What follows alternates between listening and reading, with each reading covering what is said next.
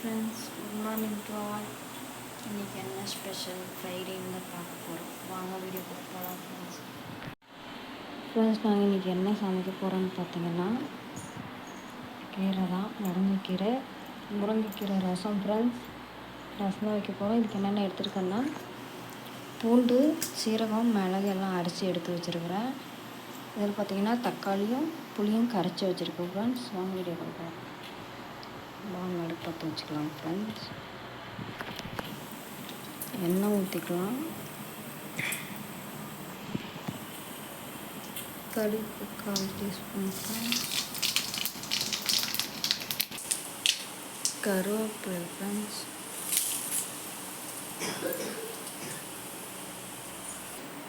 ரசத்துக்கு தேவையான காஞ்ச மிளகாய்.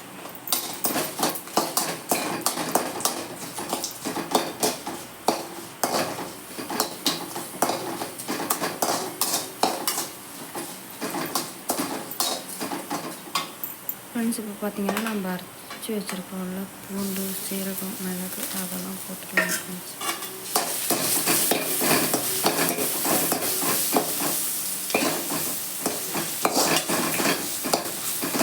நிமிஷம் நல்லா ஃப்ரை பண்ணிக்கலாம்.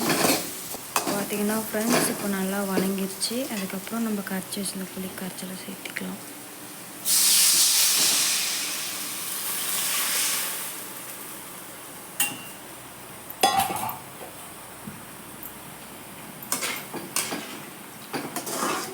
சேர்த்துட்டோம். கொஞ்சமாக ஆச்சி பெருங்காயத்தூள் ஃப்ரெண்ட்ஸ்.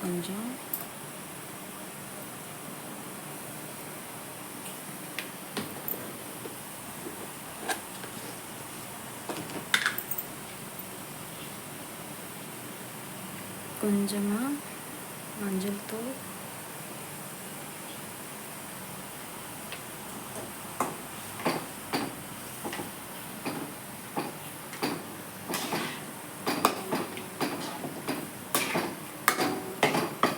இப்போ பார்த்திங்கன்னா கொதிக்குது.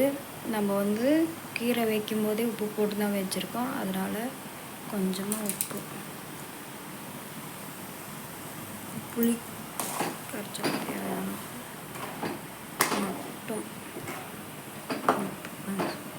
ஃப்ரெண்ட்ஸ். இது நல்லா கொதித்து 5 மினிட்ஸ் நல்லா கொதிக்கட்டும் ஃப்ரெண்ட்ஸ். இப்போ பாருங்கள் ஃப்ரெண்ட்ஸ், நல்லா கொதித்து கொஞ்சம் கெட்டியாக வந்துச்சு ஃப்ரெண்ட்ஸ். இன்னும் 1 நிமிஷம் கொதிக்க விட்டு ஆற வச்சு நம்ம இந்த கீரை தண்ணியை அதில் சேர்த்துட வேண்டியதுதான் ஃப்ரெண்ட்ஸ். இங்கே பாருங்கள் ஃப்ரெண்ட்ஸ், நல்லா கொதித்து நல்லா இதாகிடுச்சு. இப்போ அடுப்பை ஆஃப் பண்ணிடணும் ஃப்ரெண்ட்ஸ். அடுப்பை ஆஃப் பண்ணிவிட்டு இந்த கீரை தண்ணி எடுத்து அதில் ஆட் பண்ணிக்குவோம் ஃப்ரெண்ட்ஸ்.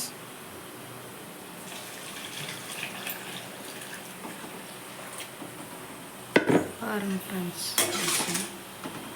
Ready friends.